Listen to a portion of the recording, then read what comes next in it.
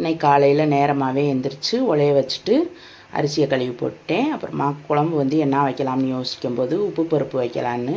நாங்கள் சின்ன வயசில் வந்து அதிகமாக சாப்பிட்டது குழம்புனா அது உப்பு பருப்பு தான். சீக்கிரமாக வச்சிடலாம், சத்தாவும் இருக்கும். இருந்தாலும் அதுதான் அந்த காலத்தில் அதிகமாக எங்களுக்கு கிடச்சது.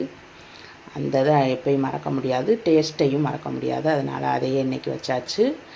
அதுக்கு வந்து 2 பச்சை மிளகா, ஒரு தக்காளி, கொஞ்சம் சின்ன வெங்காயம், கொஞ்சம் ஜீரகம், மஞ்சள் தூள் போட்டு வேக விட்டு வெந்தோடனே கடைஞ்சி தாளிச்சிக்கிறலாம். அதை ஒரு பக்கம் வச்சுட்டு நான் வந்து உப்பு கருவாடு வந்து இது கடிச்சிக்கிறதுக்கு பொரித்தேன். கொஞ்சம் அப்பளம் இருந்துச்சு, அதையும் பொரிச்சிட்டு கருவாடு வறுத்தேன். அந்த கருவாடை வந்து நாங்கள் எங்கள் ஊரில் உப்பு கருவாடும்போம், கடல் பக்கம்லாம் அது என்ன கருவாடுன்னு சொல்லுவாங்கன்னு தெரியாது. அதை வாங்கி பொரிச்சிட்டு சாப்பாடு இவ்வளவுதேன். சோறு, உப்பு பருப்பு, கருவாடு, அப்பளம். இந்த வீடியோ பிடிச்சிருந்தா லைக் பண்ணுங்கள்.